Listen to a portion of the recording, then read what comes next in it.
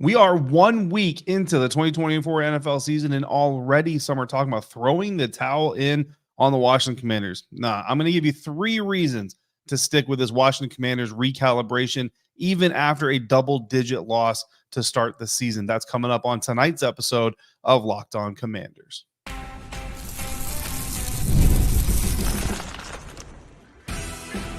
You are Locked On Commanders, your daily podcast on the Washington Commanders.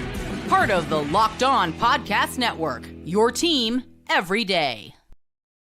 Welcome in, Washington Commanders fans, to this live episode of Locked On Commanders, part of the Locked On Podcast Network, your team every day. I'm your host, David Harrison, credential member of the media covering the Washington Commanders for Sports Illustrated's CommanderGameDay.com, and I'm here with you every Monday through Friday. I thank you for coming through for tonight's episode, and I thank all the everydayers out there for coming through every single day. Locked On Commanders is your daily podcast covering the Washington Commanders, and if you haven't already, you can subscribe for free on YouTube or wherever you are listening to this episode. And on today's episode, I'm going to give you 3 reasons why you should not jump ship, abandon the hype train, whatever you want to call it, on this Washington Commanders recalibration. A lot of emotions, a lot of uncertainty, a lot of concerns, all of it warranted, but do not bail just yet. There is hope on the horizon, I promise you, and it's all starting with the rookie quarterback, of course, but I'm going to give you some more than just he looked really good. We're going to break it down just a little bit. If you want to get even more out of the Locked On Commanders podcast, all you got to do is sign up to become an insider today,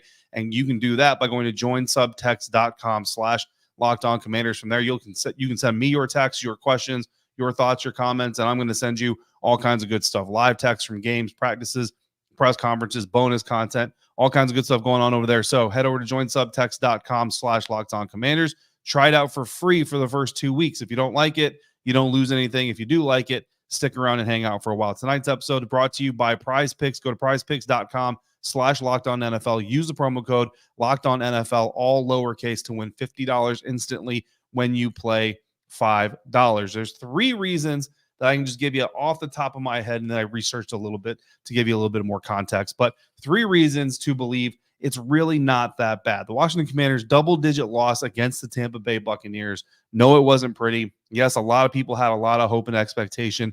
I kind of had my official score prediction, right, was a 3-point difference between the Buccaneers and the Commanders. Obviously, I was off there, but I also said that there was about a 10-point margin there, like 31-21, certainly realistic expectation, and that was kind of more what we ended up seeing for various different reasons. And I'm not here to tell you that, all the things that we saw that went wrong, it's a one-time only, and it's all going to get fixed in one weekend. I'm not here to tell you that, but that's actually part of the reason why everybody needs to kind of, I don't want to say calm down because that's not the right word, but I think everybody kind of needs to put some perspective on this. And the number one reason to stick through this recalibration, rebuild, retooling, whatever you want to call it, is Jayden Daniels, the rookie quarterback. Look, we've talked all offseason, training camp, preseason about his poise, about his composure. We talked about how much his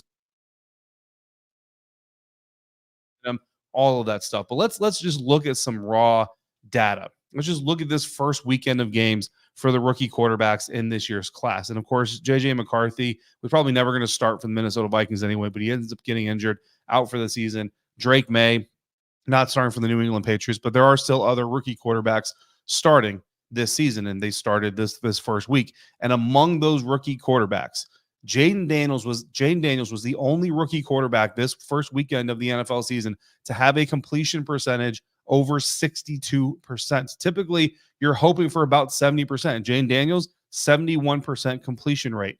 Now, he also had 184 passing yards, which I know a lot of people kind of look a little bit down on. They say, we want more out of him. I got that. I understand that. Bo Nix, 138 passing yards, was the second. So even though Jayden didn't necessarily live up to some expectations in that atmosphere, in the production atmosphere, still the top rookie. His passer rating, 93.1, nearly 40 points higher than the second highest passer rating in this rookie class.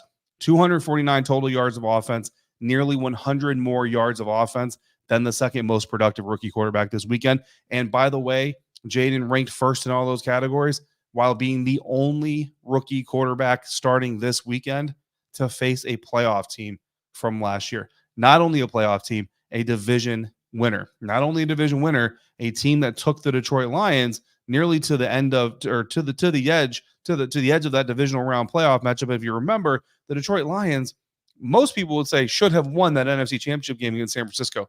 Coaching decisions and all that stuff come into play. Got it. They lost, and that is what the record book says. But it's a very good Detroit Lions team that Tampa Bay Buccaneers team took to the verge of elimination in the second round of last year's playoffs. That's who they played. These other quarterbacks, they're playing non-playoff teams from a year ago. So put it in perspective, Jayden Daniels, now his day looks even better. But let's expand that to all the rookie quarterbacks in the last 10 years in the month of September. Not just week one, every game that every rookie quarterback has played in the month of September in the last 10 years. There have been 76 total games in the last 10 years played or started by a rookie quarterback. And Jayden Daniels just had one of just 16 where that rookie quarterback completed 70 or more percent of his pass attempts. So again, in the last 76 games started by a rookie quarterback in the month of September, Jayden Daniels one of just 16 to complete 70% or more of his passes. Top 25 passer rating amongst those 76 games, 26th in total offense, and one of just 38 of those 76 with 0 interceptions thrown. Again, all despite the fact that he's playing a playoff team, and all despite the fact that, quite honestly, Jayden also left some plays out there on the field that he's going to want back. Dan Quinn, on his day after press conference, talking to the media, talking about Jayden Daniels, said, quote, "I think if you'd ask him," which we're going to on Wednesday, but I think if you'd ask him, there will probably be a few throws that he would either like to rip or where the progression may have taken him. But by and large, I felt from the competitor side, that was it. Those were some of the things I saw, even on some of the runs. We didn't have a lot of design quarterback runs, but some of the ones that he did, I think if he asked him again, he'd probably want to let it rip to one of the guys on some opportunities, end quote. So I watched 7 of his scrambles from week 1 against the Tampa Bay Buccaneers. And on those scrambles, 3 of them, so not quite over 50%, but 3 of them, there were passes that were clearly in his progression, clearly open. And I do think that Jayden Daniels would say, yeah, I want that one back. Now, there was a couple, honestly, of these scrambles where he had a target open, but you're probably talking like a 4-yard gain.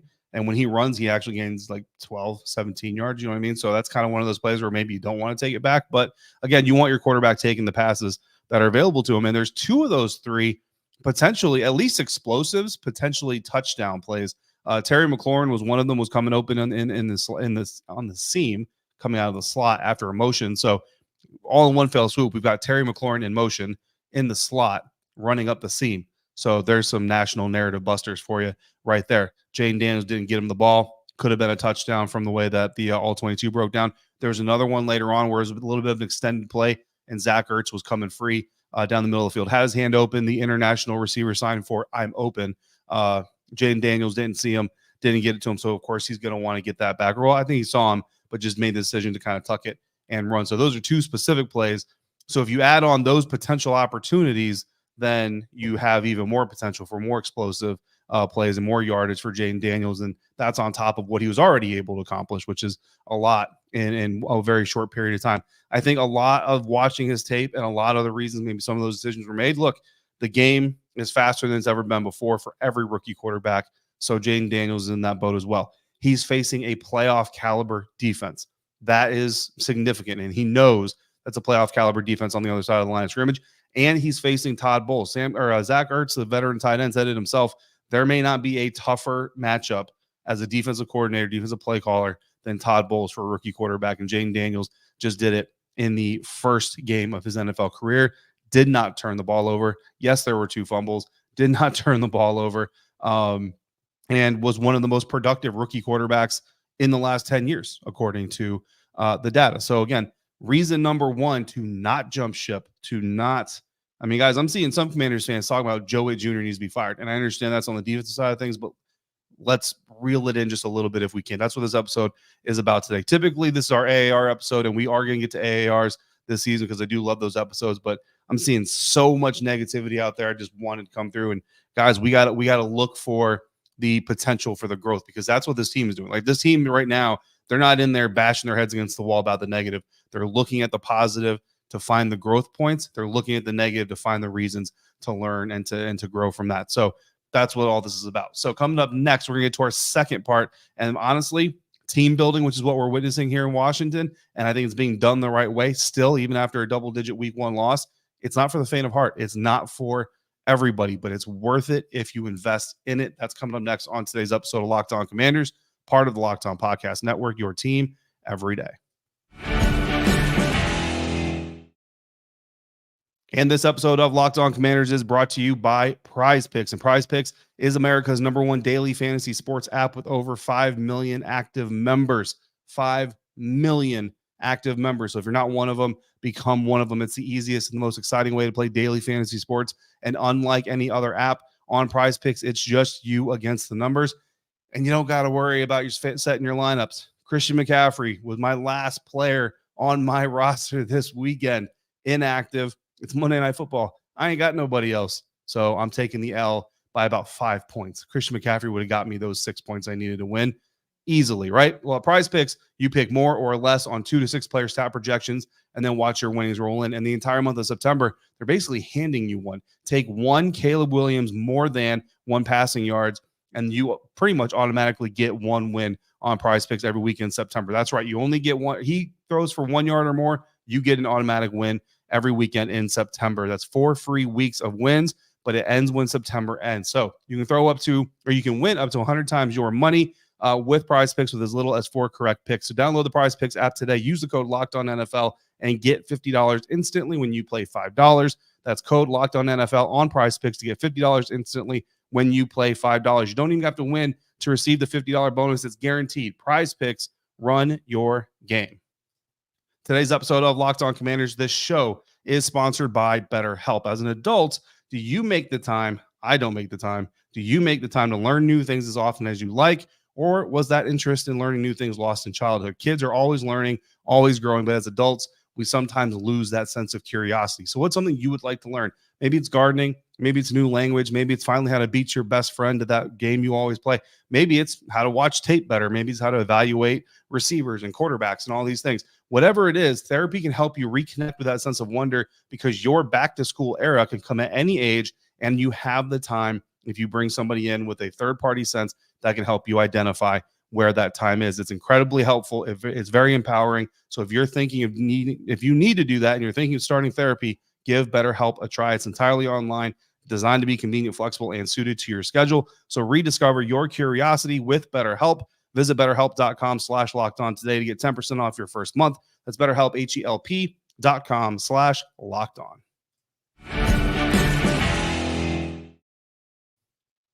Team building, rebuilding, retooling, recalibrating, whatever word you want to put on it, is not for everybody. Not everybody's good at it, but I'm telling you, just from what we're seeing so far with this team, I do believe that the talent to recalibrate, rebuild, retool this Washington Commanders franchise is there, and it's worth the investment. This is the Locked On Commanders podcast. Thank you for making Locked On Commanders your first listen, your first view today and every day. Make sure you also check out the brand new Locked On NFL.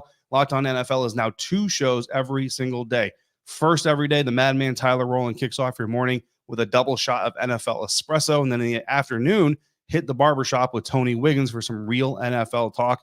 I'm coming through the barbershop with Tony Wiggins every Wednesday afternoon, so you can check that out and get more of my insane takes and opinions. Add in the Locked On local experts and get unprecedented NFL insight, hot opinions, and detailed breakdowns all in 30 minutes, all part of the Locked On NFL, the new Locked On NFL, which is twice per day. So we're hunting the good stuff. Where are my military people at? Where are my Army people at? We're hunting the good stuff here because there's a lot of emotion going on after the Washington Commanders double-digit loss to the Tampa Bay Buccaneers. And I totally get it.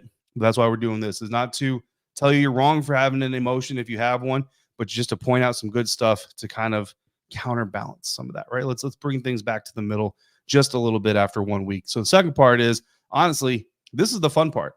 And I'm being dead serious when I say this. This team is not being sneaky about what they want. Like, let's be completely honest here. We dealt with the regime, the last regime, the regime that I came in covering this team with, that was sneaky. Like, I'm talking to the point where we're going to invite a guy on a top 30 visit to make you think we want to draft him when in reality we have no interest in drafting him. Like that kind of stuff. You know what I mean? That shows you where priorities sit. This team's priorities sit very clearly: explosive, aggressive, playmakers, tacklers, blockers, right? Like whatever you do, we want you to do it explosively, We want you to do it aggressively, and we want you to do it consistently, right? Bottom line, this team is not shying away from what they want. And honestly, that early indication of not shying away from what they want is what led all of us to predicting like your entire local beat, your local beat members that are there every day, that are at the scouting combine talking to these guys, that are at the Senior Bowl talking to these guys. Every single one of us was like, it's Jayden Daniels. It's not Drake May. It wouldn't be Caleb Williams if he was still there. It's not JJ McCarthy. It's Jayden Daniels, right? So much to the point where I couldn't, with integrity, do breakdowns of these other quarterbacks and tell you, well, here's why he makes sense for the Washington Commanders, because they didn't make sense. Anybody other than Jayden Daniels didn't make sense. This team's being very transparent about what they want.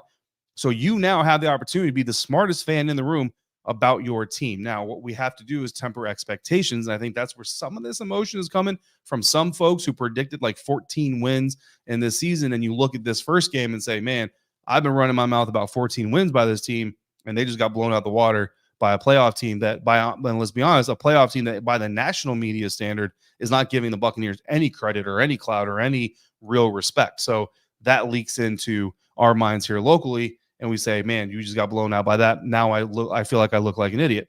But that's not the case. You know this team. If you pay attention to what they're saying, you know who these guys are. You know who the guys they want on this team are, and you know that the guys who are here for one of two reasons. There's only two reasons a guy is on this roster right now. One, because he fits, or two, because he's about to be replaced. And I say that meaning it could be next offseason, right? Like you can't just replace everybody. I know some people want like every hole fixed in one offseason. Some people say you turned over 62% of this active roster compared to last year's first initial active roster. Well, why couldn't you turn over 70%? 62% over turnover is massive.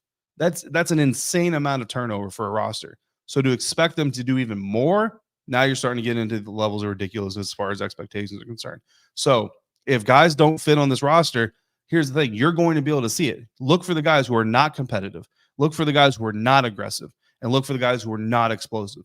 Those are the guys that are not going to be here as soon as this team can find a suitable replacement. That's the key. They got to be able to find a suitable replacement, right? If I tell you need a better car and you have your car, you're not going to go out there and say, man, I need a better car. Almost said a bad word.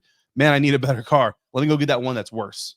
No, you're not going to do that. You're going to keep the car you got until you can get the better car, right? That's just how it makes sense. That's how this roster is going to do. And that's where this whole thing of doing hard stuff, right, to clean it up for Dan Quinn with good people comes in. Good people doesn't just mean character. Like you're a nice guy, I want to shake your hand. It means how much are you willing to do to succeed for this team? This team loves Jayden Daniels. What did Jayden Daniels just say after having 16 carries? I'm going to do whatever I have to do to help this team win. That's exactly what he did. Are you a downfield blocker if you're a receiver or a tight end running back?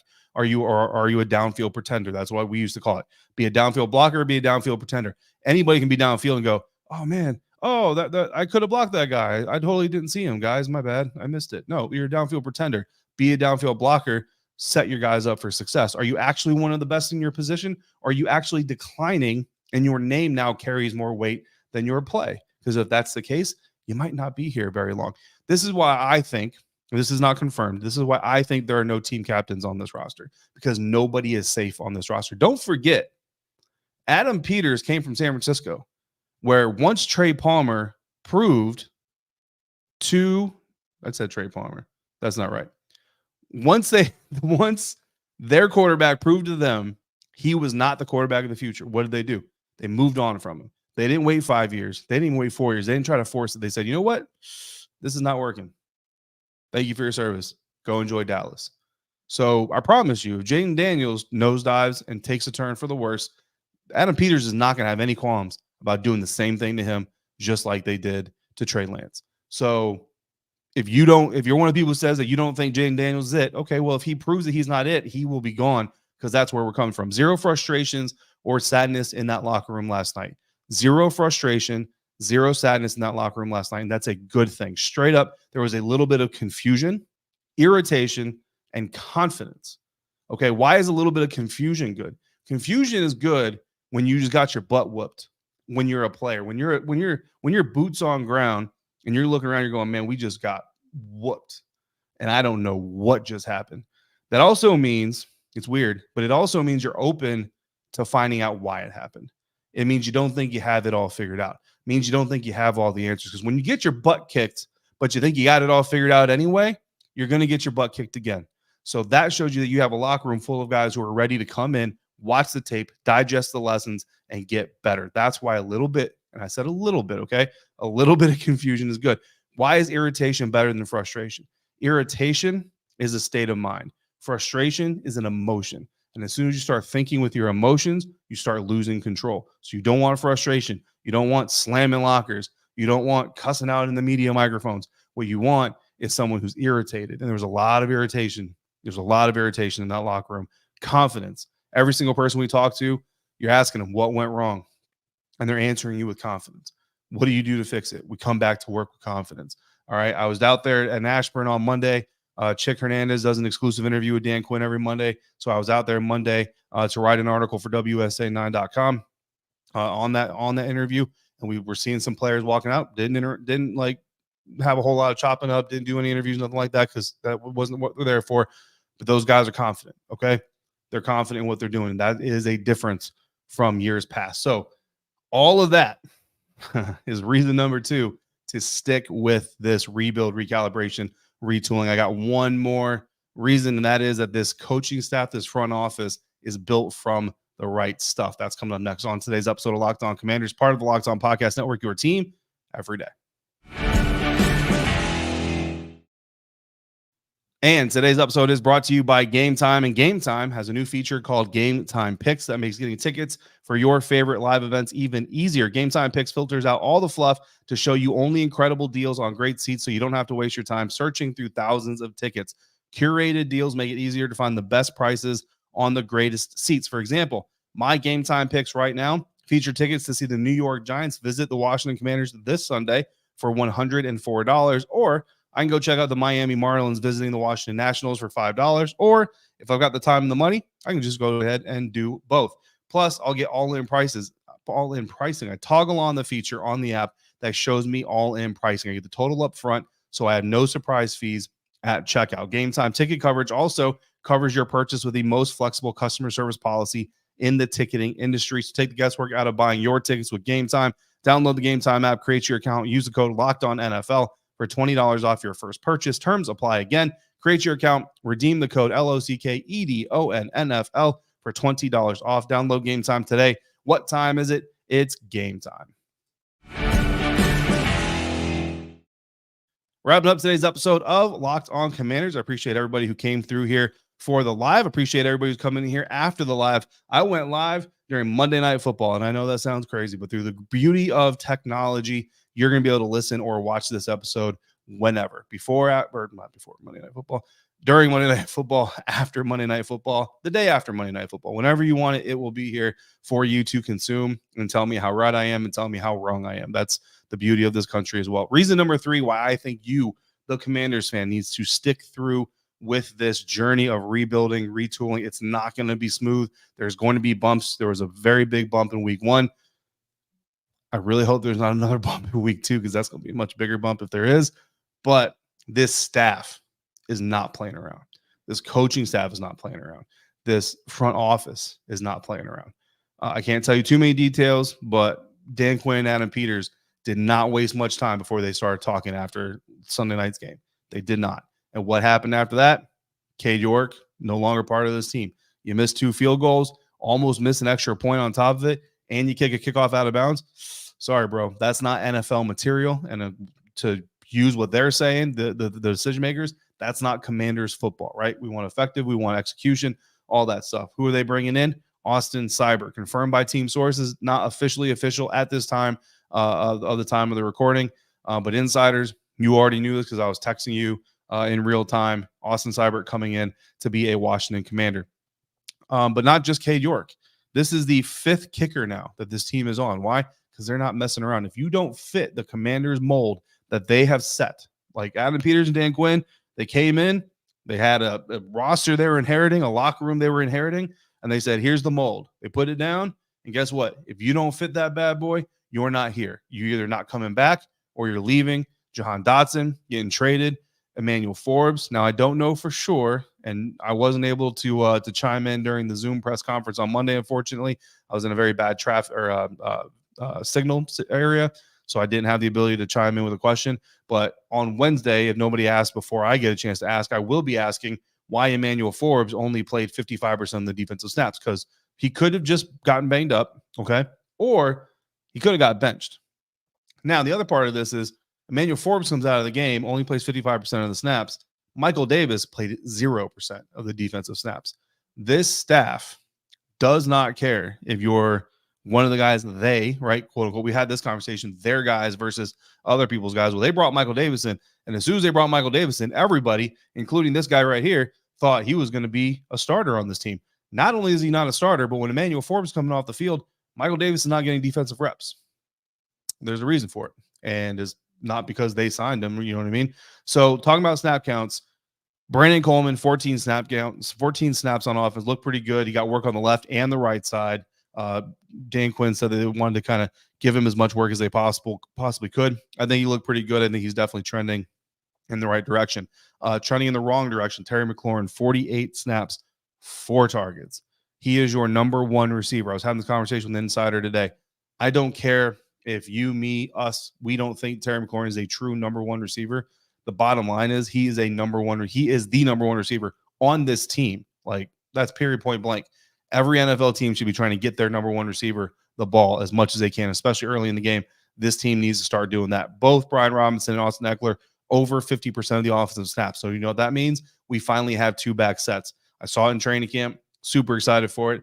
Now we're seeing it in the regular season. Even more excited for it. And both those dudes were very, very effective. Benjamin St. Juste, Bobby Wagner, only defensive players to play 100% of the defensive snaps. So that's pretty good for them. Mike Sanderson and Quan Martin flying around that field competing. I mean, the size difference between Mike Sanderson and Chris Godwin was very real. I warned you guys about it. We concerned about it. We lost sleep over it, and it was very real. But both those guys competing very, very, very well. Emmanuel Forbes, again, 35 snaps total, 55% of the total defensive snaps.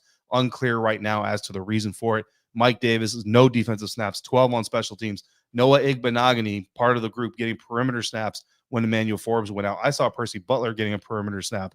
Mike Davis can't get on the field, and Percy Butler is a safety getting cornerback snaps. Now, again, that could have just been an alignment thing, but it still stood out to me, rather. Jamin Davis, first game as an NFL defensive end, 13 snaps, so not a lot, but he did some pretty good stuff with it, and I think he's definitely probably earned himself some more snaps, especially going up against Daniel Jones. Daniel Jones is a dude that pass rushers would love to go see, so maybe they'll unleash him a little bit more, try to speed up Daniel Jones' process for some mistakes. Expectation management. That's the last part I kind of want to talk about this, right? Go back to the season, call it prediction, projection, whatever you want to call it, episode, and we talked about this. This team is playing 8 games this year against playoff teams from last year, including 2 against the Eagles, 2 against Cowboys, right? So that's 4. Then you've got 4 other standalone teams that they're playing up against. The Tampa Bay Buccaneers were the first one. You still have 7 shots to get 2 of those wins, right? I projected 2 of those 8 games resulting in Commanders wins. That's it. Just 2 of 8. That's not a good, that's 25%. That's 250 win percentage. That's not a good win percentage against playoff teams. They still have 7 shots to get those 2 wins. All right. And in this first one, again, go back to it. They were within range or within 1 score of tying this game several moments through the first 2.5 quarters of the game. That's a positive. It's not great that they started giving up touchdowns and obviously the lead swelled, but it's a positive to build off, right? So you're not coming in, and again, expectation management. I say you, I'm talking about me. I'm not coming into these playoff matchups against teams that were in the playoffs last year saying, well, they should win this game, because we shouldn't be there with a team that won 4 games last year, 62% roster overturn in their first game together with a rookie quarterback. Like, literally everything on this team says you should not be successful this year, right? Like, every reason you have to not be successful in the NFL, this team has it.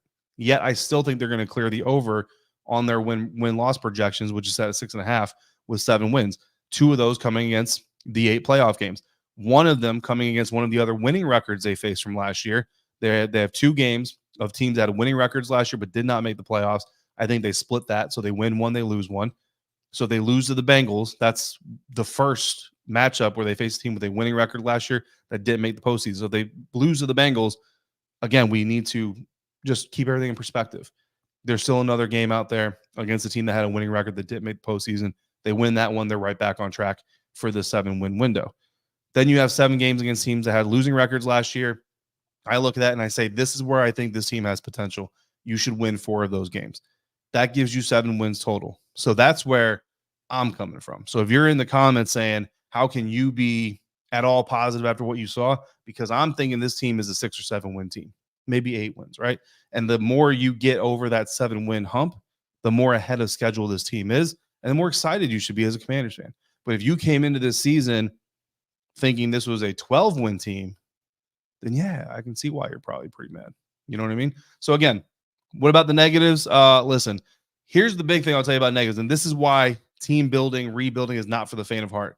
And this is what I tell every fan base that I've talked to, because fortunately or unfortunately, the first team that I cover is the Tampa Bay Buccaneers, who know a thing or two about not being good for decades. And I used to tell them all the time, you're passionate. You love your team. Even when you say you quit, even when you say you can't do this anymore, you're going to do it again. You know it. I know it. Get your frustrations out. I'm all for it. Absolutely get those frustrations out. But guess what? The 30 for 30 Jameis Winston season, 30 touchdowns, 30 interceptions, not exact numbers, but you know what I'm talking about. You know what that brought Tampa Bay? It brought them Tom Brady, because it finally showed that franchise. It only took 1 year of Bruce Arians, by the way, who is a no-nonsense coach, the same way that this coach staff is a no-nonsense coach.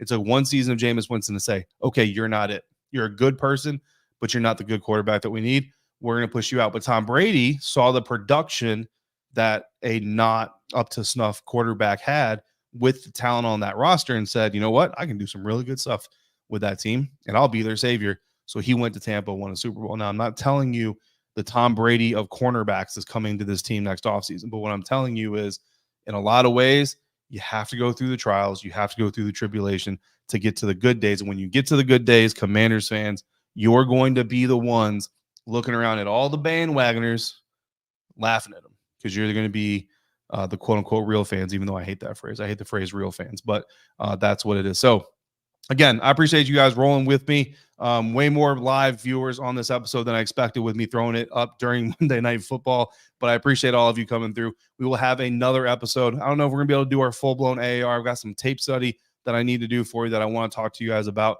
We've also got some Dan Quinn quotes to talk about as well. So we're trying to get all of this in without rushing it and without cramming it, because you deserve a better product than that. So we will have another episode of Locked On Commanders coming tomorrow. In the meantime, if you've got questions or comments, all you got to do is text me. To do that, all you got to do is go to joinsubtext.com/LockedOnCommanders. For your next listen, check out the Locked On NFL podcast, either the Madman Tyler Rowland kicking it off in the morning, or the afternoon barbershop vibe with Tony Wiggins, my guy. And again, every Wednesday afternoon, you can find me with Tony in the barbershop. It's the all-new Locked On NFL, and it's now twice per day. As always, thank you for making Locked On Commanders your first listen of the day, every day. Thanks for coming through on an everyday basis like you do.